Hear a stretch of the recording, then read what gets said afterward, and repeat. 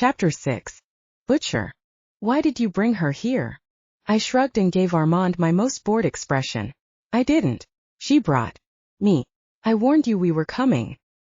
He glowered at me, arms crossed as his eyes glimmered and shifted, only a little bit, but I should probably loosen my stance and check my knives.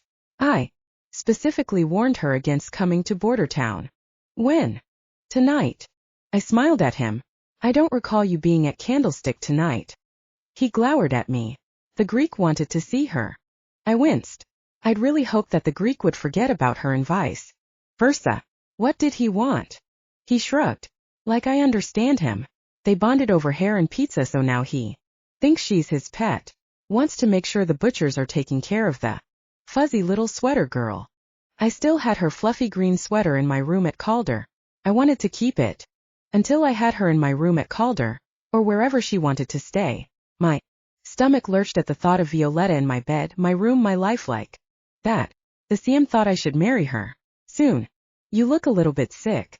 I don't think he's a serious threat. Otherwise I would have ended him. I shook my head and glanced out the window to study Violetta where she sat. With her head bent, completely focused on the phone, the last traces of her mother. The CM thinks I should marry her before Harmony gets here. He made a choking sound that I wasn't sure was laughter or something else. He grinned at me and shook his head. The CM has come a long way. He doesn't want you to abandon the butchers and take up with vampires, does he? I glared at him. The vampire lifestyle doesn't appeal to me. Well, you can't be a werewolf. I shook my head. There are certainly enough daughtry werewolves in the world. How many wolves do you have here? You told her that you knew how many there were. His eyes gleamed. I slowly smiled back at him. I meant the city. You have 32 wolves. Here. 31, one of them took off while I was fixing the roof. You think she needs that much protection? He shrugged. The girl cured werewolves. We don't have a precedent for this. I don't suppose we do. What do you know about the city's seals? The werewolf seal, the vampire seal, and the zombie seal? I shook my head. No, in a cellar somewhere a couple of brass lids hold back some really bad stuff. He raised his eyebrow. I don't think you're supposed to talk to werewolves about that kind of thing. I'm actually sure of it. I grinned at him. Thanks for the reminder. Apparently the mysterious renegade leader had Sebastian and Anthony go down and bleed on the seals. That's why this year's darkness is extra thick. He growled at me. Not for werewolf ears. I widened my eyes at him. Excuse me, is this too much responsibility for you to handle? Don't worry. I just thought you should know that a couple of butchers are going down into the depths tonight to check it out. His jaw clenched. Why should I know about that? With butchers otherwise occupied, tonight would be a good night for a werewolf slaughter. Don't you think? He growled, a long low sound, and I could tell his hackles were up at least. His metaphorical hackles. The CM thinks this broken seals problem is my problem. I patted his shoulder. I really enjoyed making him uncomfortable. If you were running away from responsibility, you probably shouldn't have become pack leader. Also, this monster is targeting your kind. What seems like a former butcher turned vampire or something else even more dangerous. I wonder what butcher would want to destroy you.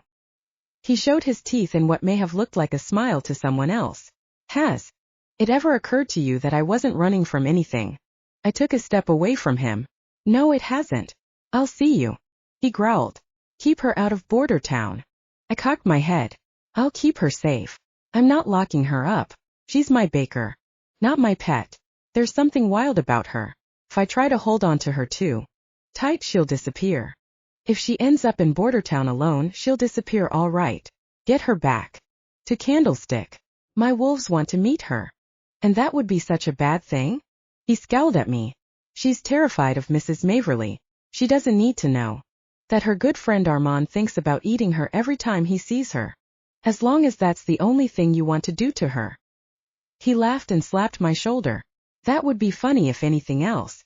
Wouldn't kill her. Get out or I'll eat you. Fun chat. Violetta glanced at me when I got in the car, stuffing the phone away and trying not to sniffle.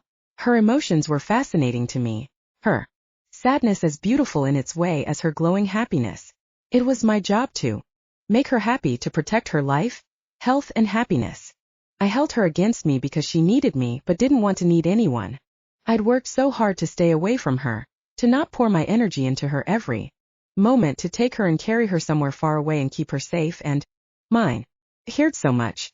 It was worth it, though, watching her bloom as a baker, knowing that I wasn't the only one who would protect her with my life, having Landry to watch over her, keeping her away from every butcher who might be a threat.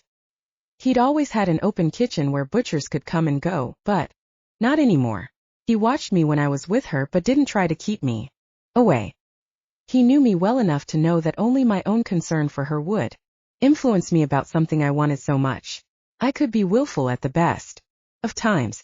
With Landry as her guardian, I didn't need to be quite as protective and overbearing as I might be otherwise.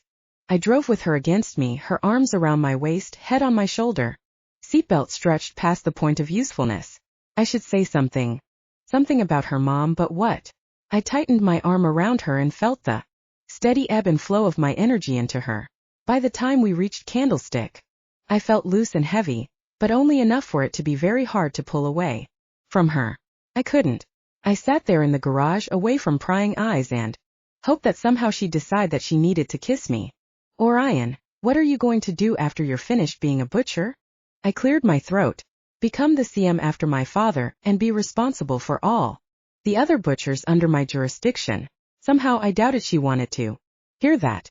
But it was true. There was a balance between truth and diplomacy that I tried to keep. If I told Violetta the truth from the beginning without softening her up a bit, she'd run into the woods and never come back. Like if I told her that my father only allowed our relationship to flourish in Candlestick because he wanted her to give him grandchildren, the reaction wouldn't be good.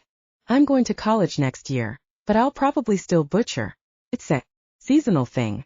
The paperwork is eternal, but the actual nightly battles are only intense from October to January. She looked up at me, only the side of her face visible in the dim light. So, it's like an extracurricular that you can keep up as long as you like? What about Landry? Is it seasonal for him? Good question. He bakes less intensely most of the year than these dark days. He's kind of boring though. Doesn't do much besides hang around in his indecent swimwear around the pool in the summer. You're kind of lucky that you didn't see him in the off-season. She giggled, her body shaking against mine. I definitely preferred her, trembling from laughter to fear. It's so strange to me, the way that all of you live like this is normal. I thought I'd try it and then go to college in the fall, start my real life. There's no reason to wait. You can take classes in January starting with a new semester. You're brilliant, so for you to balance academics with baking will be nothing. Why not be a baker and whatever else you want to go into? Bumped her head with my chin. What else do you want to do? She hesitated. I thought botany like my mother, and maybe chemistry with a culinary arts degree. That does sound indecisive. I exhaled. That sounded like precisely the sort of academics that would lend themselves to her staying close to me. Calder University is renowned for its chemistry and botany programs. She elbowed me, but gently. You're making that up. I laughed and grinned at her. I would have, but I didn't have to. Honestly. Google it. Calder has amazing programs in science. The math program isn't bad either. They do not have a gymnastics team though. Isn't it a boys' college? I shook my head. Gender neutral, although most of the students are men. Most are also butchers or from butcher families who are no longer practicing. She looked up and let go of me to trace my cheek with her fingers. What does that mean, no longer practicing? I cleared my throat as she continued stroking my face, each touch sending a thrill of pleasure through me. Some families lose their ability to change into butchers over time, but you never know. Sometimes there's a throwback. And those families are still viable options for marriage. Marriage, I'd said the word and it hadn't come out strangled. Viable options? That sounds medieval. I laughed, but it was half strangled. How could I possibly broach this topic? Well, have you seen the architecture? Medieval is kind of our thing. Although the cars are a definite improvement. So, she said hesitantly, and I held my breath. You can only marry people who have butcher ancestors. No. I can marry whoever I want, but my children won't be great butchers. Unless. So that's why Olivia was the one, so that your children could be really great butchers. I took a tiny breath. Something like that. She has good lines. Violetta laughed, but not quite a cute giggle. She did not like me saying that. Olivia had good lines. I meant her ancestry is good, not her personal lines. She laughed again and pulled away from me, taking my face in her hands. Orion, can I kiss you? I exhaled in relief. I thought you'd never ask. She sucked on her bottom lip while she studied me. One thing. My Aunt Lottie always looked down on my mom. Was it because my mom has bad lines and does that mean that I'm not? I cut her off, cupping her cheek and glaring at her. You cured werewolves. Clearly your mother had very strong lines, just like your father. She blinked at me and I realized that I'd been a little too rough. But my aunt didn't want my mother with her brother. I'm sure it wasn't your lines. Your lines are perfect. I brushed her lips with mine and my heart thrummed from that contact. But not as good as your lines, she whispered, tangling her fingers in my hair and kissing me a little bit longer. You cured werewolves. Your lines are going to be legendary. I kissed her, lingering on her soft lips, the hunger growing with every touch, every brush against her. When she kissed me in earnest, twisting until she was on my lap, I had to hold myself very firmly to keep my instincts from taking over. I let her kiss me, barely reciprocating because I wanted so much to pull her against me and make her feel adored. Beyond that was a very real danger of me becoming lost in her or losing myself and hurting her balance. She pulled away and stared at me, her eyes luminous. I wasn't going to kiss you until I decided whether I liked you for you or your energy. Interesting and terrifying. What's the verdict? She shook her head. I like both so much it's impossible to say. Are you going to need to take polar bear placenta every time I kiss you? Ich grinste her. I felt very much like I wanted to taste her and nothing else. For the rest of my life. That wasn't a good sign. Probably. Landry hasn't forbidden me to kiss you. That's also good. She frowned at me. Why would he do that? I waved my hand around, ending with my fingers brushing over her soft hair. Oh, I don't know. Something about bakers protecting each other. Her lips pursed, her beautiful lips. I couldn't help but kiss her, only for a moment that became 2 and then 3 before I managed to pull away. She shook her head at me. It's your sexy car. It makes you irresistible. The Greek wants me to be able to defend myself against butchers. I nodded. Good idea. You should be able to defend yourself against Greeks, too. I gripped her fingers. That Armand had watched the bogeyman's encounter with Violetta didn't quite assure me for some reason. She cocked her head at me. Why don't you get along with him? Ido. I think I'm going there for my next haircut. Do you want to come with me? It can be a date. She wrinkled her adorable nose. I've heard of those things, but I think they're mythical. Next week, Monday, we'll go to the botanical gardens. I'll take you directly. After school. It closes at 5. How about we meet there? I hesitated. It was far from border town, but still, letting Violetta go anywhere unescorted was unthinkable. I'd arrange someone to look after her. I'd talk to Landry. Maybe he could give her a ride and hang around until I got there. That wouldn't be at all strange. I smiled. Perfect. 3:15. 3:45. I sighed. You don't want me to break any traffic laws. You're such a good influence. And then on Wednesday we're going to throw knives.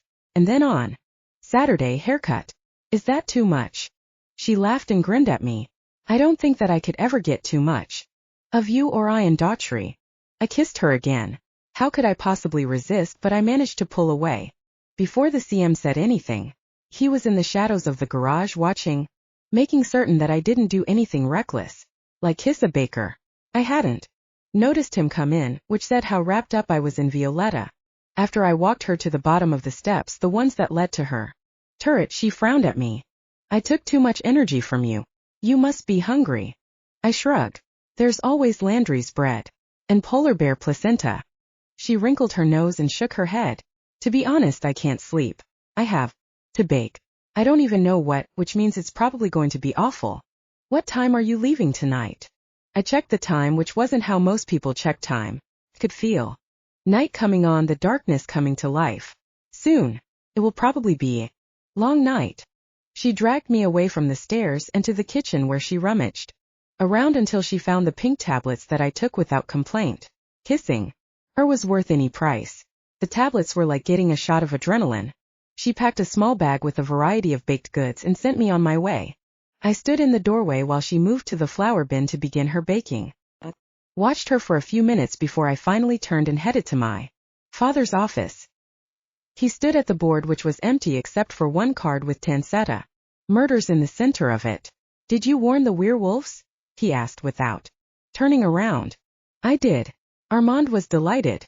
Indeed. You're taking Sebastian with you tonight. I inhaled deeply but didn't say anything.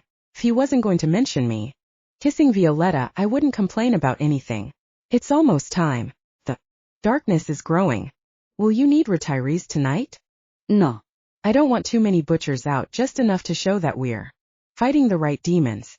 There hasn't been any sign of renegades since All Hallows. He glanced over at me, his eyes concerned. You seem well satisfied. Thank you. He raised an eyebrow. I knew perfectly well that had been a warning not to get cocky instead of a compliment. Tonight will be arduous. Don't push yourself too much. I grinned at him. I'll make a point of it. Casper and Merlot will also be with you. I stopped smiling. Will they? He nodded. We've given her a week of isolation, but this is the butcher headquarters. She has to become accustomed to other butchers and they have to get used to her. I inhaled deeply. And if a butcher oversteps himself? His lips twitched. You mean taking advantage of her, kissing her? Touching her against her will? He shook his head. Landry will oversee her. And you'll oversee Landry. I'll oversee you. Any other butcher she'll fight off and he will pay the consequences. You are the only actual risk. I scowled at him. Her mother left for some reason. Yes. She. He frowned and shook his head. He knew but didn't want to tell me? I already knew that Landry was Violetta's father, so the mother had to have been close to him. Bakers marrying bakers was perfectly acceptable. Of course, Landry had been a butcher first. Had he had the sort of relationship with Violetta's mother that I wanted with her? Her taking his energy and baking for him? No, of course not. Did Landry hurt her? My dad frowned at me. Not that way. I feel that it's not my story to tell. But you should know. Laurel was assaulted by a butcher, after she interned here with Landry and they became close. Laurel came to me, told me that a butcher had forced his energy on her, but I didn't believe her. The butcher in question was very well known, respected, and she had no proof. Landry still hasn't forgiven me for that. That's why she turned her back on our world. Because I chose to believe a butcher over her. When she asked Landry to join her, he refused loyalty to butchers and all that, which was only another betrayal to her. He didn't know about the charges until later, after I interviewed bakers about that butcher and dug up a few interesting facts about his lack of respect for bakers and women. I clenched my jaw for a moment before I could speak in a calm voice. You're the reason that the Tansettas weren't protected. He shrugged and ran a hand over his face. I'm the CM, so everything is my responsibility. Judging correctly is essential. I failed. Since then I've made certain that bakers are revered in our district. It hasn't always been so, but since I've made rigorous requirements, we've been getting steadily better bakers, and the whole district has prospered, at least until your brother. But you're the CM, so you're responsible for that as well. He gave me a hard glance. Yes. I'm not making the same demands on you as we put on him, because that resulted in disaster. And if that was the wrong choice, it will also be my responsibility. If you end up hurting her, I will personally take your skin from your flesh. You're welcome to. I hesitated. That was the first we've kissed since she came to stay. I know. I turned and stalked out. That night's hunt was fairly intense, but with Casper, Merlot and Sebastian around me, the rest of the butchers spread out behind, we weren't overrun. Midnight to 3 a.m. we fought above Border Town, pushing back the zombies and an unfortunate group of wraiths, pushing until the battle was won for the night. I turned to my bakers and raised my whip. They hurrahed and raised their whips in return before they headed back through the streets to the courtyard where the bakers' goods waited. I accompanied them but fell in beside Sebastian on the way. After we get some bread, you're going to lead us to the broken seal. He turned to stare at me for a second before he nodded. Olivia took her place close to him and bumped him with her hip. He staggered almost into me before recovering. Olivia had extremely capable hips. Olivia. I nodded at her, then moved away from the pair. Olivia, apparently feeling like flirting with a butcher after a hunt, wasn't at all awkward. The other butchers tried not to look at her, except Francis, who stared at the two with a wide grin on his face. At the courtyard, a butcher's boy came up to me, his eyes tired from being on delivery duty for the night. "Orion, Landry sent these to you special." I took the bundle he handed me, but when I inhaled, it wasn't Landry but Violetta I smelled. She'd given me something very special. Sausage stuffed rolls. I ate most of them, then stuck them into my pockets for later. And maybe I'd share with Merlot and Sebastian. Maybe. Not Casper. Casper grinned and came up to me, eyeing my bulging pockets. "So tonight's just begun. Are you fed?" He nodded. "Moderately. I imagine you've been fed a much more satisfying supper than I've ever had. Is it the kissing that enhances her baking, or is it her baking that makes her impossible to stop kissing?" I ignored him and broke into a jog. Merlot came alongside me soon enough then. Sebastian's footsteps pounded until he caught up with our small group. Sebastian took the lead, his pace quick. We moved quickly, quietly, holding to the shadows. The only monsters we found we took care of quickly, silently. Before continuing on our way, we reached a field and Sebastian scrambled in the ground until he pulled up a worn trapdoor. I held it open for Merlot and Casper to descend ahead of me. Gave the empty field one last glance before heading down. "Maybe should have done this during the day," Merlot muttered ahead of us. Sebastian held a flare as he walked ahead, apparently fearless in the face of who knew what. I went slower, taking my time as we passed shelves of antique pickles and peaches, through another narrow door into a small passage that descended in uneven steps until it came out in a square space with a wooden door in the floor. Sebastian opened it and began down an old ladder that groaned beneath his weight. I put my arm on Casper when he was about to descend, one at a time. Merlot nodded at me. He appreciated caution. Strange he wasn't a CM of course he'd never had connection. We stood in the dark, feet below ground, waiting for Sebastian to wave the flare below. After that, Casper went, leaving me with Merlot. "I'd watch out for him," he said barely under his breath. He looked down after Casper. "Do you think that he's a danger?" Merlot glanced at me. I knew what he meant. Casper was a danger. Probably to Violetta. Casper's a fine butcher, but there's a reason he doesn't have his own district. "And you, there a reason that you don't?" He gave me a thin smile. "Indeed. You know perfectly well." I put my hand on his shoulder. "You're an excellent butcher." He studied me soberly. "It takes all kinds. I don't connect much. Casper connects too much, and you are just right." I pulled my hand away. "It's not connection that makes the butcher. No, it's connection that makes the CM. It's interesting, his decision to upset conventions and allow you to connect so deeply with a baker." I cleared my throat, looking past him into the hole where Casper was nearly to the bottom. "Indeed. Do you think anyone will object?" Merlot shrugged. "It's not the first time it's happened. There are reasons to go both ways. After what she did with the wolves and you, it's hard to know. You'll probably have competition coming, though, soon if I don't miss my guess."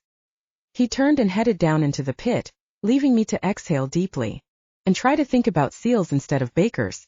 Merlot was right. If the CM allowed me access to Violetta, there was no reason he wouldn't allow others the same, if she chose. I rubbed the back of my neck until finally Merlot jumped off the end of the ladder. I climbed down quickly, silently, until I reached the floor of the immense cavern. Merlot, Casper, and Sebastian were all in different directions, stooping to check for strange scents and searching the enormous space. When I got to the floor, I whistled low and headed for Sebastian. He'd let the flare go out, so we were operating in pitch black. Didn't bother any of us. Darkness only made our other senses stronger.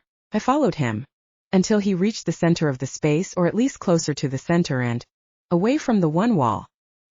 "Here it is," he whispered. I bent down and felt the rim of a 2-foot hole. It didn't have a lid on it.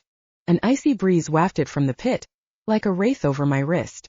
I turned on a light, shining it around the perimeter of the hole, then took pictures of the marks in the uneven stone around the edges. The marks were butcher marks of protection, safety, and the metal rim bore the same. "Show me the other seals." He led me to 2 other spots that had brass lids. I took pictures of the words and images graven into them, then stopped, staring at the center seal and the warning on it. Whoso breaks the seals will surely pay the price in blood. Once undone thrice. Must be made anew. Beware. Darkness and men and monsters brood. To the butchers. Ye must be true. The first one said the same thing, Sebastian said in a low voice just behind my shoulder, making me jump. I turned on him with a glare. And you decided that meant you should bleed on it. He shrugged. We had to pay the price in blood to break the seal. Why did they put it backwards like that? It's a warning, Merlot hissed low. You aren't done paying for that in blood. And your blood doesn't mean your personal blood, but the blood of your fellow butchers. Butcher Baker. Werewolf Savior. Julian Wick. Chapter 1. Baker. Candlestick Manor loomed above me. I stood before the enormous door, ancient. Metal bands stretched over the dark wood. It could have been ornamental, but it wasn't. Like the latch, the small barred window in the center of the door. The inset windows with decorative grillwork all around the bottom story, yeah. No. Those weren't decorative either. This place was a fortress, and I was about to step inside and face a whole slew of butchers like the butcher. Holding my hand, I glanced over at Orion. His dark brown eyes were serious, but then he smiled. And my mouth watered for chocolate. His eyes were melted milk chocolate, his hair the darkest fudge, his skin white whipped cream with just a dash of mocha. He was enormous, a good head and a half above me, his physique absolute perfection beneath the black clothing he always wore. Don't be afraid. You belong here. His voice was delicious, utterly delectable, low and purring. I took both of his hands in mine and gazed at him. Tell me what your favorite breakfast food is. I'm not going in until I know. He frowned in concentration. You ask the most difficult questions. I would have to say cream puffs, the kind you make at 3 a.m. That counts as breakfast, right? I pulled my hand away and wagged my finger at him. Listen, butcher. If I'm supposed to be your baker, I need to know the truth. No hiding things from me. Whether it's favorite breakfast foods or fairies. Now spit it out. He caught my finger and leaned closer to me, so close that I could feel his exhale on my cheek. I really don't know. When I was younger, I used to go out at night with my brother, and when we snuck back in because I wasn't supposed to be out with him, he'd make me toast and bacon with orange juice. I raised my eyebrows. Toast and bacon? I really asked for that, didn't I? You're right, you have no idea what you like. I bit my bottom lip and faced the door. I had to go in. It wasn't ever easy for him to talk about his brother. Do we knock or what? He laughed low while he reached past me, turned the handle and pushed it open. The hall beyond was enormous, gleaming polished wood with white candles lining the dark wood floor. Above, chandeliers held candles, only surely they wouldn't have actual candles. Could you say fire hazard? They're real candles. The CM takes his position seriously. I glanced at him and gave him a slight smile. Okay, we came, we saw, we can leave now, right? He pulled me in and shut the door behind me. It thudded loud and echoing through the hall. Absolutely. Just as soon as you've met the CM, eaten dinner, and talked with Landry about what you want to do. I stood there for a minute, gathering my focus as though I were about to perform a difficult floor routine. I pulled my hand out of his, wiped my palms on my black skirt and started forward. Orion fell in beside me, his long stride matking mine. Are you sure you don't want to hold my hand? I glanced at him, then forward, focusing on the floor I covered with steady, fearless steps. Do I look afraid to you? He brushed me with his arm. No. You're the bravest girl I know. Think I like holding your hand or something? I couldn't help smiling, but I had to push it away to focus. This was serious business. This was a whole world I barely understood, a whole life ahead of me that I couldn't even imagine. I had to look at this like a job interview. Was going to intern with Landry so I could be a professional baker for Orion. So I could know what I was doing the next time werewolves attacked, and all I had to beat them off were biscuits and a rolling pin. The memory of their snapping teeth, their snarls echoing off the metal cabinets of the kitchen at Calder School for Boys had me gripping my skirt for a moment before I smoothed it down. My mother had always taught me to stand up straight and show no fear. If she'd been a baker, why did she run away from that world? Why hadn't she told me about what I was explained about the energy transfer, the need I had for the energy of a strong butcher, and most importantly, the dangers of the world around me, dangers that had taken her from me? I shoved those thoughts far from my head, but I grabbed Orion's hand only for a second, squeezing his fingers hard before I walked forward once more on my own. We reached two enormous doors held open by stone gargoyles to keep out evil spirits. I walked through the door towards an enormous bonfire that leapt and flickered in the round room beyond. Candles wound around the room on shelves, thousands of candles, but they weren't lit. Orion closed the doors behind us, then hesitated. He bowed to the room, then turned to the right while he pulled something out of his coat. It was a lighter blue and white plastic, one of the cheap kinds you get at a gas station. He lit the largest candlelight ever seen. The flame leapt up like a sparkler, and one of the sparks caught the next candle, slightly smaller, and the next, the flame racing around and around. Sound built, a murmuring hum that started with Orion and continued as the butchers inside the round hall made that sound, a low chanting like monastery monks. The sound echoed off the walls and inside my chest, the thrumming going on and on as the light spread from one candle to the next. Hundreds of candles wrapped around the room, several shelves on top of each other. I watched the candles, craning my neck as the flame spread to the candles above the doorway. The flame wrapped around the walls twice, Orion's voice growing in volume, until at last the whole room was ablaze around the central bonfire, and every butcher stood, lending his voice to the whole. Come, boys. A voice of quiet power flooded the room, cutting through the humming. Young boys started forward, ducking between the larger butchers, climbing over the tables that surrounded the bonfire. A boy came up to me and hesitated while his eyes got bigger and bigger before he turned to Orion and whispered, "Is she the one who saved the werewolves?"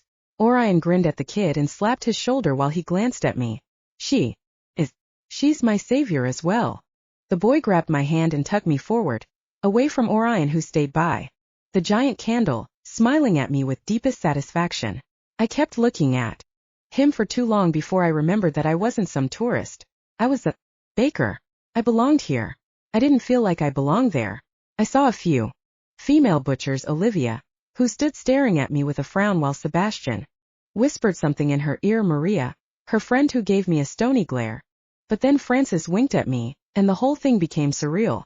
All of these boys from school, goofy, ridiculous teens, looked different in the candlelight and the flickering bonfire.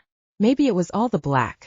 Maybe it was the other butchers behind them, men I'd never seen who carried themselves with dignity and readiness. That's what Orion was like. I almost looked back at him but caught myself.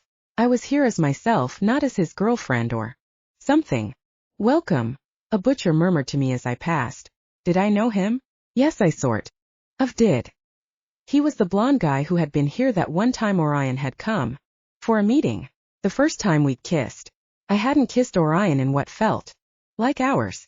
I pressed my lips together and continued up the first step between the tables that circled the room. On the 6th tier, the boy led me to a group of black-clad men who had a completely different aura about them. The butchers were serious, these were deadly. Was this the assassin branch of butchers? Landry stepped out of the black figures and gave me a rough bow, the movement showing his black rolling pin tucked into his coat. Was it metal or stone? Spikes? Violetta Tancetta. Welcome to the Bakers Guild. I tried not to look surprised at the grim-looking bunch with their weaponized rolling pins who nodded at me seriously. I recognized Puffer, my uncle's baker, in the back, giving me one of those nods beneath a terrifying scowl that made his usual expression positively docile. Thanks. I forgot my rolling pin. Landry smiled, showing his white teeth and for a moment looking slightly less terrifying. His light green eyes glowed in the candlelight as he gestured me forward to be embraced by the baker bunch. Look at her, fellas. She's nervous. Doesn't know if she's up to baking seriously. His English accent wasn't posh but Cockney. I took a deep breath and smiled back at him. I never knew I was supposed to be pimping my pin. Yeah, I'm a little intimidated. Those are sick. He laughed and grabbed my shoulder, pulling me into the space that they'd opened for me. Don't worry, he said in a low voice. We only have to put on a show 3 times a year. We can't let the butchers think that we won't poison them if they step wrong. Butchers are a lot of hard-headed idiots. The stronger the butcher, the more stubborn and stupid. We have to be stubborner and stupider. He laughed again and patted my shoulder, but gently. He didn't feel like a butcher It wasn't uncomfortable and intense like it was with other butchers. You really did join our little gang. Is it living up to your expectations? I swallowed and whispered. That depends what you have to eat. I'm starving. He turned and gestured to the top table, a small square with only one person. Standing behind it, a man with long dark hair falling over the shoulder of his long coat. CM, can we hurry it up? We're getting hungry. The CM only nodded and gestured to Orion, who was still standing by the door, arms folded over his chest. Orion caught my eye and gave me a flicker of a smile before he strode between tables up the 6 tiers to the CM. Orion stood in front of the table, bowed his head, and led all the butchers in prayer. The silence around his words was profound, like even the crackling fire went quiet while Orion spoke. When he raised his head, his eyes came back to me and I smiled at him. For a second, with him on the other side of the room looking at me, I felt like I was precisely where I was supposed to be, as weird as it was. Then we ate. And I will have to say that the exquisite food I'd been eating at Calder was nothing compared to the feast prepared by the finest bakers in the world, led by the immortal Landry. Not that he was actually immortal, vampire, and all that, but what did I know? There was something very vampiric about the way we sucked the life out of the butchers. I glanced over at Orion, where he leaned against the wall beside the CM, watching over the rest of the butchers while we ate. After a few minutes, the CM gestured him sharply to sit beside him. Orion met my eyes, and for a moment I wanted to tell him no, that I would run down to the kitchen and make something for him because he was my butcher, but I managed to resist the impulse. He sat and slowly ate, still eyeing me as if to say that this is not what he wanted in his mouth. I faced forward, gripping my fork because everything had happened too quickly. I wasn't used to Orion looking at me like that in public, as though he didn't care what anyone else thought of me, of us. Try the duck, Landry said, forking me an enormous drumstick. I smiled slightly, and then suddenly all the bakers were suggesting the best dishes, piling bits of this side and that sauce, this cut and that delicacy, until I had 5 plates in front of me. I started laughing. It was too much, but at the same time it felt like a hug. A lot of hugs, and every single bite was the best thing in the world. While we ate, butcher boys and a few older butchers performed feats of grace and agility like aerials and backflips, or waved fire around as they danced about the bonfire. Apparently butchers liked fire and long hair. I studied the butchers on the top levels closest to the walls. They were all so different. Some were really old, older than my dad had been. There was one particularly scarred man who didn't take any pleasure in the feast. He stared around as though there were traitors among us. The butchers around him left plenty of space. Who's that? I whispered to Landry. Marlowe. He's less nervous now than he was 20 years ago. That was possible? Strange. I caught Sebastian staring at me and gave him a slight smile. He lifted his goblet in my direction. I raised mine, but less enthusiastically. I was still a little bit furious with my brother. More than a little bit.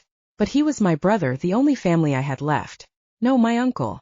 Vincent sat at one of the tables furthermost from the bonfire with Aunt Lottie sitting beside him. She looked strangely at home in the black high-collared blouse, clutching a knife as she carved her roast duck. She turned to Vincent and smiled before she said something that got a flash of smile from him.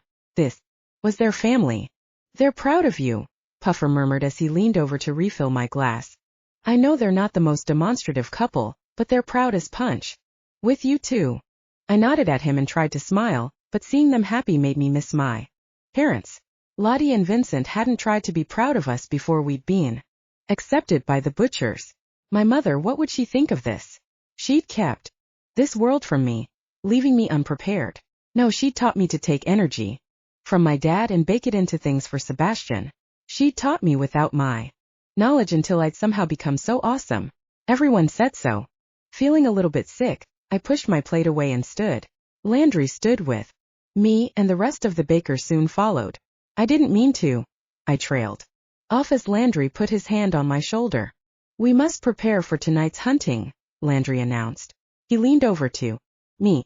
This part might be slightly uncomfortable for you, but you'll get used to. I've been looking forward to tasting your brother. What? He stepped ahead, linking my arm with his, so I trailed behind him. With his other hand, he slid his fingers over the skin of the butchers at the nearest table. He walked slowly, giving the butchers plenty of time to move their hair aside to reveal the skin of necks or roll up sleeves and raise their hands, exposing their forearms. Landry's hand slid over skin and his body began to hum. I could feel him, feel the energy he soaked from the butchers with complete indifference to which butcher's energy he took. He headed towards the table where the CM had already revealed his neck and both forearms. How much skin did he need? A lot, apparently, because every single baker touched him, drawing his strength into them. But Landry, who glanced at me and nodded me ahead to touch the CM. I'd rather not, I whispered. The CM looked up at me, surprised and amused. I saw that expression on Orion's face sometimes. It was strange to see it on someone else. Violetta. He stood and the bakers took their hands off him. He extended his hand to me. Welcome to Candlestick Manor. It is your home as long as you will stay. I glanced at Orion where he sat beside the CM. He looked tense. What was I supposed to do? I didn't want to touch another butcher, not like that. But it would be really rude not to shake his hand when he opened his home to me. My mother hadn't raised me to be rude. I tentatively took his hand, but I felt nothing other than warm skin. There was no rush of energy and happiness like I felt with Orion. I let out the breath I was holding, smiled genuinely and said, "Thank you." Stepped back in the direction of Orion and the other bakers pressed around him again. All but Landry, who had abandoned our group to circle around to Sebastian. I watched the scene, Sebastian aware of the baker stalking him, standing stiffly while he waited as Landry got closer, and closer and closer. Nerve-wracking, isn't it? Orion whispered in my ear.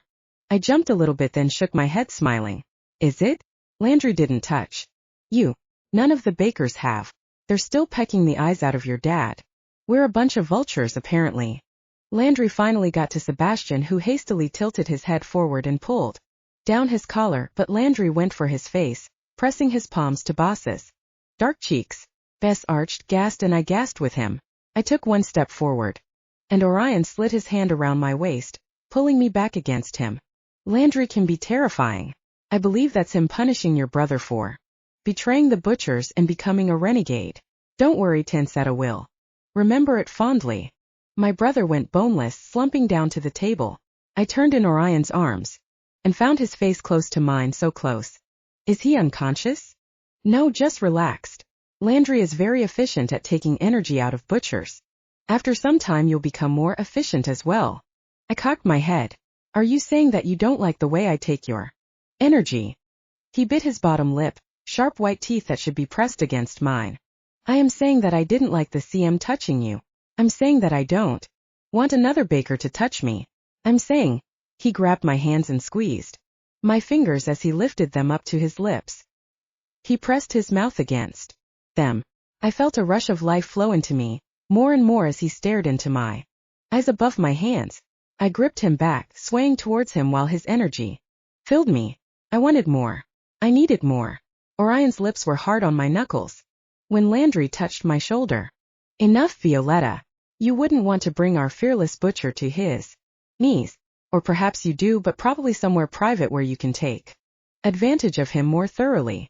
I pulled away from Orion, but he hung on for a moment, his eyes melting into me before he let go and straightened, lips soft and delicious. My knuckles buzzed from his kiss. Are you okay? I asked Orion, fisting my hand in my skirt so I wouldn't touch him again. He smiled at me, a slow, languid smile that reminded me of waking up in his warm bed. Violetta, I am much improved. I'll be even better after you feed me. Whatever your delicious hands prepare. This is the part where Landry takes you to the kitchen. Do you mind? You're safe with him. I promise. Safer than she is with you. Are those teeth marks in her knuckles? Landry murmured. Come on, love. Let's get cooking. I let Landry lead me away, down the wide tiers to the broad floor around the bonfire that still snapped and danced. As I went, butchers looked at me with what I would have called hunger. I stopped meeting eyes and hurried after Landry and Chapter 2. Butcher. She's staying in your old room, the CM said to me, looking tired as though a horde of hungry bakers had sucked the life out of him. They'd repay him though soon enough. I nodded and put my hands in my pockets. None of the other bakers had touched me. I wasn't sure why. Landry had made certain Violetta barely took the edge off my reserves. I wanted to give her more, so much more. You will not be staying in your old room, my father added as though that point needed clarification. Landry insisted that she stay in the tower, because it's the most defensible place in Candlestick, but also insisted that you hand over your keys. He held out his hand as though I had the old keys to the back door and the key to my bedroom on me. I sighed as I took my car keys out of my pocket and removed those keys from my keyring. It's almost as if you didn't trust me. He smiled slightly. I don't, but I know that a few keys aren't going to keep you from seeing her. You can scale the wall with your eyes closed and she will let you in the window. She's lovely. He added that last part with a slight frown. I frowned in return. Yes. The other butchers. He glanced around at the hungry butchers waiting impatiently for the baker's goods. I agree with Landry. She needs protection. What she did last night was nothing short of miraculous. Whoever set up last night's debacle won't be happy about her. I nodded. While she's baking, I'm going to track the werewolf, the one that infected the boys. My father's face tightened. That is the priority. Marlowe tracked the dog as far as Border Town. You should ask the local pack leader to be your escort. I frowned at him. He seemed to enjoy throwing me and my dead-to-me brother together. Of course, it was the most logical thing to do. Armand could get things out of a werewolf no butcher ever could. Also, take Sebastian. I raised my eyebrows as I glanced to the huge man who was slumped in his seat, looking dazed and dull. His first encounter with a real baker. Landry left him mostly unresponsive. I'm not sure I'll be able to get anything out of him. My father smiled and stood, pushing back his chair. He walked over to the baker's table where they'd left the remains of their meal. I couldn't remember the bakers being so quick at any other feasts, but of course Violetta had tried to leave, and once one left they all had to go. They were like a pack of sheep. Dangerous, fanged, clawed, vicious sheep that fed on the wolves.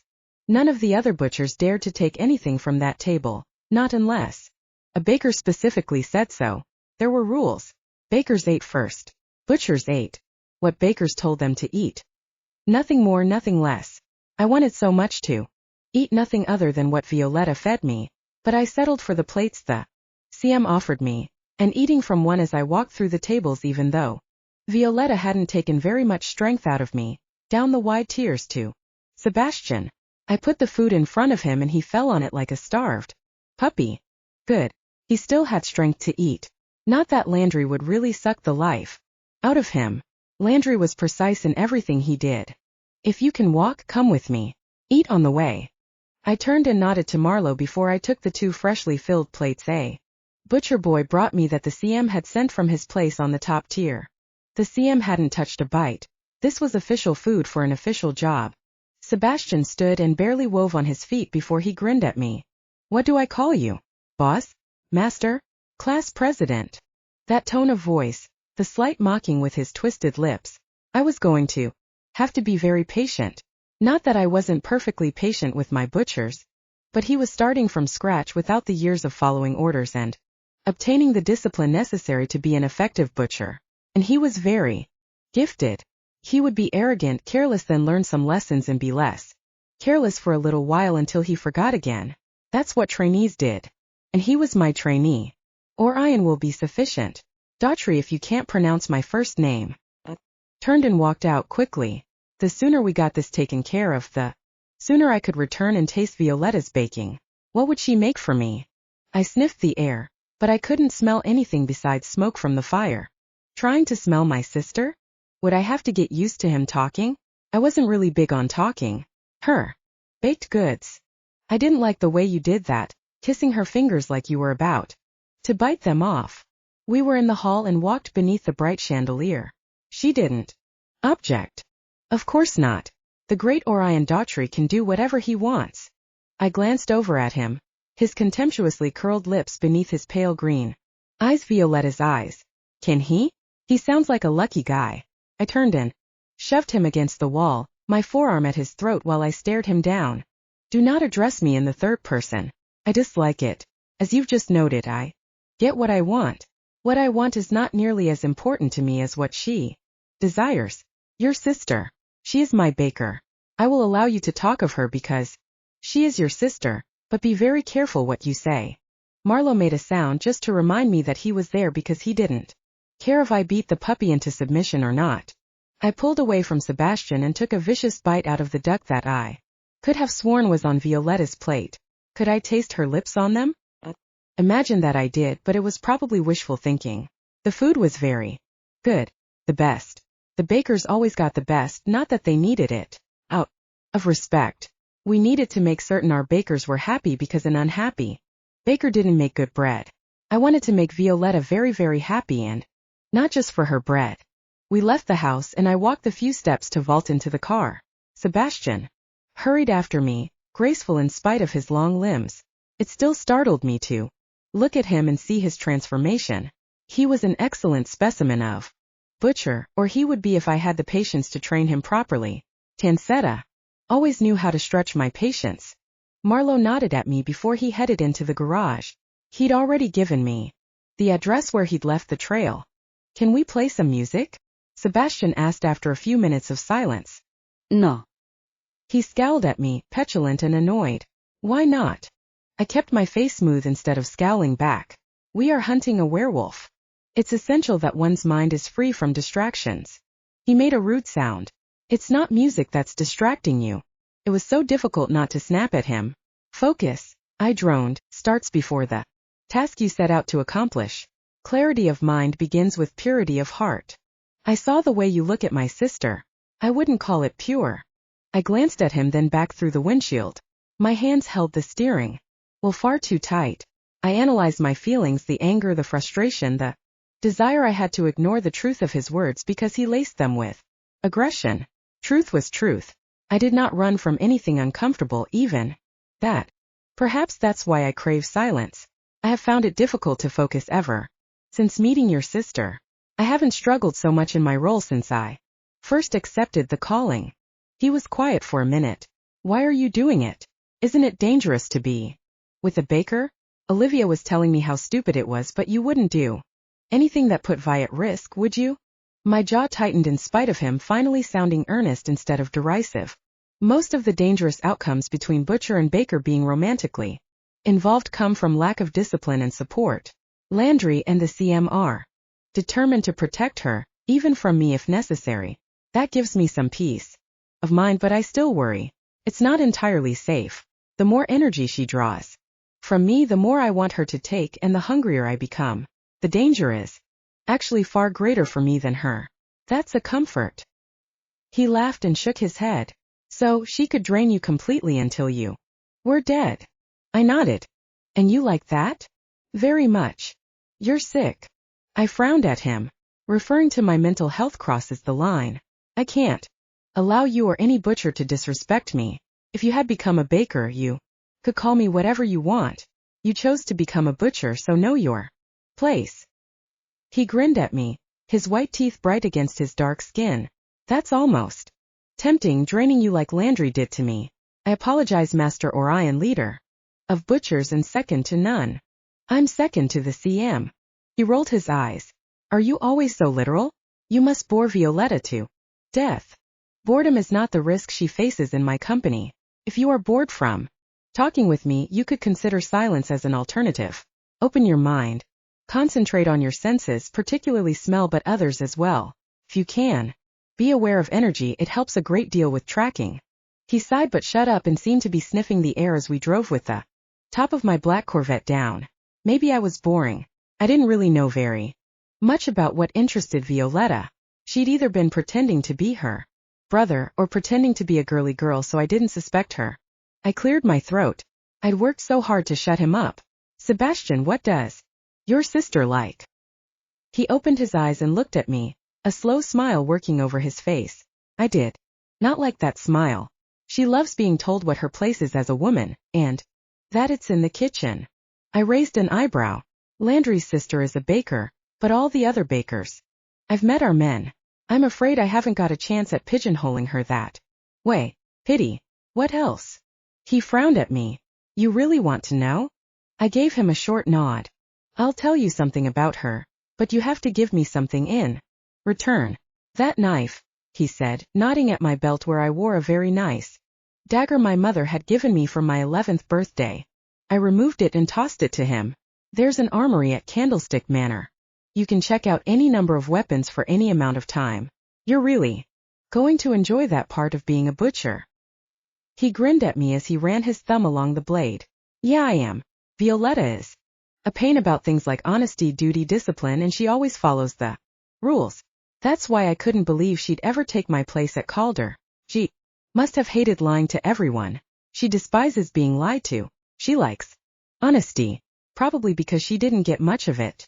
When I discovered my dad's cache of weapons and started practicing with them, my dad took me aside and explained about the natural urges of a boy to kill things, which isn't natural for the record. None of my friends' parents had weapons and none of them wanted to throw knives at cats.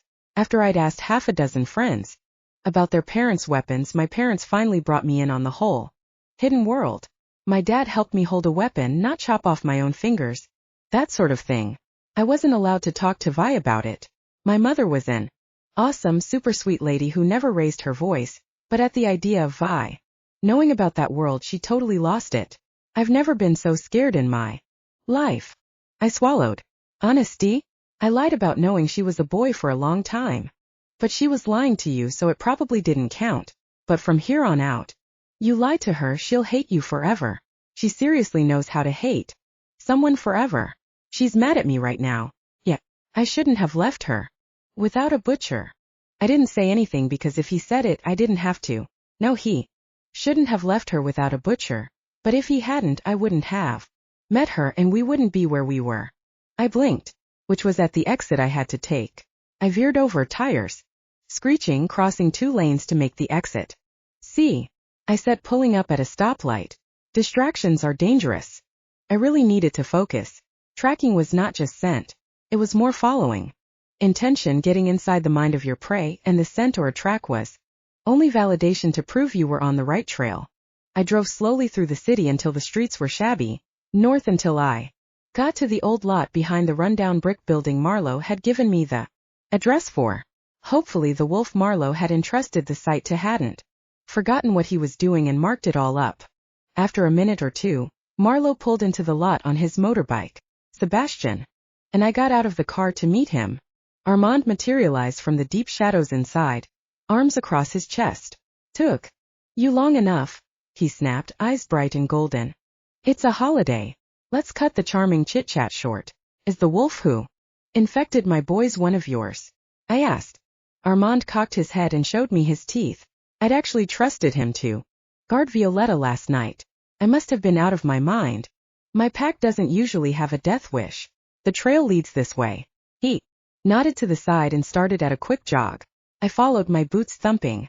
While Armand's made no sound, I thumped louder for a little while just to make the differences between us more apparent. Armand glanced at me and smiled sharply. Trying to wake the dead? Marlowe grunted. Are you sure this is the right trail? Did you have some of your boys track it already? I can't sense anything from the original. Armand sneered. They aren't my boys. I'm not a butcher. Otherwise I'd be stomping along like Mr. Daughtry. Marlowe, how is the rheumatism? He grunted and jogged along, but he didn't look particularly pleased to be there. Not that he'd ever complain. I slowed down and fell in beside Marlowe. I'd like you to circle back and check around the building for a sidetrack. I'm not sure I trust that wolf to lead us. He grunted and turned on a dime, heading back where we'd come. He didn't slow down. I shook my head for a moment before I stretched my legs to catch up with Armand and Sebastian. We were an odd group of runners in our black coats, except Armand, who wore jeans and a t-shirt, managing to look disreputable with his unshaven chin. Butcher trying to take care of Marlowe? How touching. I growled at Armand. He laughed, flashing his grin in my direction again. You smell like vanilla and jasmine. Must have bathed in it this morning. I'd taken a shower after I'd spent the night watching Violetta sleep in my bed. I growled again. You're talking about my sister? There was a warning in Sebastian's voice. Armand glanced at him with a flash of curiosity before he smirked back at me. 2 for the price of 1. What an excellent deal. Looks like this one's a bit of trouble, but not nearly as much as her. I spun around on him. Is this a new tracking technique you're developing? You can't keep your muzzle shut, I'll close it for you. Permanently. He grinned and crouched. Is that so? Seems like you're all mouth. I swung at him slow and high. He dodged easily and blocked my kick. Spoon. Around and slammed my shoulder into his chest, knocking him back into a brick wall. I hadn't fought him in a long time. Felt so good. He twisted beneath me and brought his elbow up in a move he'd taught me when I was 8. I laughed as I hooked his knee, and we both tumbled to the pavement. He punched my face and I returned the favor, but stayed away from his mouth. Talk about mouthy. All those teeth. His eyes never shifted, but he was laughing when the fight finally left me and I rolled away from him and into a crouch, breathing heavily. And that's why we don't let him wander off on his own, Marlowe said in a dry, bored voice. I looked over at him where he stood beside Sebastian. You're back. Did you find another lead? He shook his head. This is the trail. Without the pack leader to throw off the scent, it was easy to trace our wolf. Sebastian stood there clenching and unclenching his fists while I wiped blood off my mouth. I inhaled deeply. Excellent. Shall we? I continued in a jog, letting Armand lead the way. He moved light and springy. Werewolves were so springy. Sebastian fell in beside me. What was that? He muttered under his breath. Perhaps so Armand and Marlowe wouldn't hear. Was he sparing my feelings? Butchers shouldn't lose track of their goals so they could fight with an ally. It wasn't like me. He helped us last night. I said like that explained anything. Yeah, so that means you fight him? I didn't kill him. I didn't even pull a knife. Werewolves fight as a sign of respect. He ran alongside me for a moment. I almost killed him. You didn't look like you needed help, but you let his teeth get so close to your face. Did I? I've had werewolf teeth much closer. It's not the face you need to worry about but the throat. I'll be sure to remember that.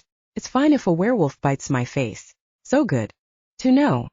He shut up after that, but I was left wondering what that had been. We'd fought and wrestled like a couple of puppies. I couldn't trust Armand, not when he was a werewolf. He'd abandoned me and everything I fought for and believed in. But he felt like my brother. He felt like he missed me as much as I missed him. I shook my head and focused. The scent grew stronger and stronger until it was stifling and mixed with another smell I knew very well. We ran along the river's edge past a row of nondescript gray storage buildings. The scent drew us on and even Sebastian's nose was wrinkled when we turned the corner between buildings and stopped spread out, knives ready as we moved towards the gray bundle in the middle of the alley.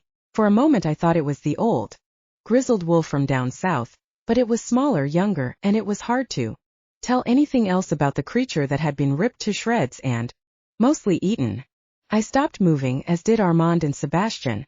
Marlowe continued to the body, head extended as he sniffed. I've never smelled that kind of monster before.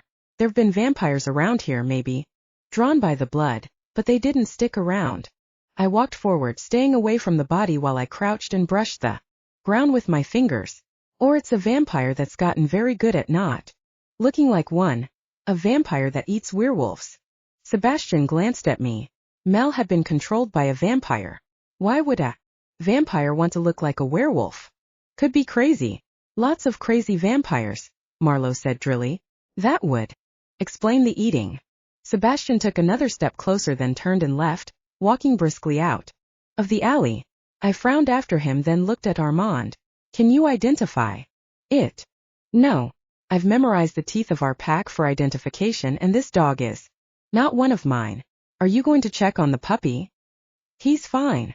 This death reminds me a lot like the way his parents were slaughtered. I stared at Armand and muttered a curse under my breath. Think of something interesting to tell me when I get back. I turned and walked back towards the river to find Sebastian crouching beside it after having thrown up. Charming. I crouched next to him and handed him a handkerchief. You've seen gore. You're a butcher, so blood shouldn't bother you. You have instincts deep in your DNA that you haven't learned how to harness. Whatever you're thinking or feeling is important, relevant, and possibly helpful. Don't shut down the emotions. They'll shut themselves down soon enough. Talk. He glared at me, his bloodshot eyes confused and disoriented. I don't know. Just felt lost. So lost, betrayed, and hopeless. I felt like I failed the most important thing I've ever tried to do. I nodded. Good. Did you feel the weight of responsibility? He nodded and blinked back, tears in his pale green eyes. I failed. I put my hand on his shoulder and felt it, the emotions, the weight, the agony of failure far eclipsing the pain and fear of imminent death. The wolf's death. Sebastian had managed to soak up the emotions of the werewolf's last moment. Fantastic. You're reliving his death. That happens sometimes with butchers. It's not pleasant but extremely useful. I blame Landry for this. He's extremely good at preparing his butchers for exactly what he needs them to do. He glanced up at me. His butchers. I smiled and pushed up from his shoulder, then hauled him upright. Landry would disagree, but the CM would not. Armand says that this is very similar to the way your parents died. I spoke without hesitation, like it wasn't a horrible thing to say. He had to want to get to the bottom of their murders as much as I did. Unless he felt responsible in some way. Would that explain his emotions, his being so attuned to this murder? Did he know this murderer personally? You're saying that I worked with my parents' killer. He still sounded unbalanced and unstable from the victim's emotions. I raised my eyebrow. I'm saying that Armand thinks that this killer might be the same as the one that killed your parents. If you feel guilt for going about avenging their deaths all the wrong ways, that's something you need to face and deal with. In my eyes, you're a butcher's boy, and you're going to have to prove your dedication just like any other, but I don't hold your decision to become a renegade against you. He studied his hands for a moment, opening and closing his enormous palms. Why not? You're right. You warned me that I'd be fighting to undo all the damage I'd done, and I did. I'm really worried about the seal. I rubbed my chin. What did the CM tell you about it? He glanced at me and I sighed. You didn't tell the CM. He shifted uncomfortably. I'm not used to being a butcher, to feeling the heaviness, the duty. I always wanted to be a butcher. I wanted to feel normal. To not be alone, to have a family, but I didn't expect to feel responsible. That's why I don't hold your past against you. The butcher in you has awakened, and you will feel the call to slay the darkness in this world and inside of yourself. We all have our demons, our regrets, and it doesn't get easier that you started with such regrets. I shook my head. I trust that you'll do your part. The butchers need you. When we get back, I'll talk to the CM with you about the seal. He inhaled shakily and nodded, but made no move to stand. I put my hand on his shoulder for a moment and felt that connection before I headed back into the alley to examine the grisly body. We got back to Candlestick Manor later than I'd hoped, but when I went into the kitchen, Landry had a lovely stack of cold pancakes waiting for me. Pancakes? He shrugged. She was exhausted after making this lot, so I sent her to bed. You'll eat these, go butchering, then come back in the morning and let her take your energy. I hesitated. If she was exhausted, I should go to her now, give her my strength at that very moment, and perhaps stay with her through the night. Blinked and shook my head. I had so much to do, not the least of which was encouraging Sebastian to talk to the CM about the broken seal. Sounded pretty ominous, but I didn't know anything about it. I knew that darkness was drawn and captured into the area north of the city, that butchers had been called to protect humans from and contain these shadowlands. I didn't know all the technical aspects. That's what CMs were for. I didn't want to get involved in this sort of thing. Armand was the one who my father had been preparing as the next CM, not me. I shrugged, inhaled the pancakes, which were officially my favorite breakfast food, even if I ate them at 8 p.m. I got up and went to find Sebastian, to drag him to my father. That wasn't too bad, actually. My father took over the difficult task of keeping Sebastian from talking about the wrong things and making certain that Sebastian felt balance between guilt and responsibility, so he told what he knew instead of holding it inside, buried beneath guilt. The CM made it sound like breaking seals wasn't all that big of a deal, but I knew him, and by the tightness in his eyes and the way his smile strained, this was a bad thing. A very, very bad thing. Sebastian talked about following the cloaked leader into the North City, past the occupied lots to where it was nothing besides overgrown cars and random walls that hadn't yet gotten knocked down. They'd gone down into a cellar in the middle of a field where there must have been a former house, and then through the cellar down and down through these natural caverns until they were in underground caverns with sloping walls and stalagmites. It was creepy. The creepiest part was where Sebastian and Tony cut their hands and let their blood drip onto this big copper lid that looked like one of those city water facility caps. That seemed like a good idea at the time. Sebastian actually said that, and the CM didn't groan or put Sebastian's head on a pike. The CM laughed instead, which was much worse, but Sebastian didn't know that. Those old seals have been around for generations. It's about time we updated them, don't you agree, Orion? I hesitated because if my father asked for my opinion, that usually meant that he was going to make it my responsibility. I said, what do you think, Sebastian? Should we look into improving the efficacy of those old-fashioned plugs? He nodded and smiled like a weight had been lifted off his shoulders. I glanced at the CM and he smiled at me. Here it came. Orion, you'll lead the research on the seals and figure out how to make a new batch even more impermeable and resilient to tampering. Sebastian, walk with me. What kind of weapons are you most comfortable with? I was excused, so I left half irritated and half amused. I buzzed from energy. I shouldn't have eaten all those pancakes so quickly, but I was worried that someone else would eat them while I chatted with the CM. I wanted to go up the stairs and pace outside her room, but that wouldn't really be research, and I was the butcher before anything else. The pancakes had tasted heavily of cinnamon. I'd noticed that cinnamon usually meant tracking. Wasn't an exact science, but I'd been eating goods for a long time. Cinnamon would sharpen my senses and strengthen my endurance for long runs over wide stretches. I would bet that after tonight's battle with the darkness, the CM would send me further afield to find the origins of the wolf. I wasn't leaving until I'd touched Violetta and had her feed me with her bare hands. Waking up to her Jello in her fingers was something I desperately wanted to get used to. Maybe, just maybe,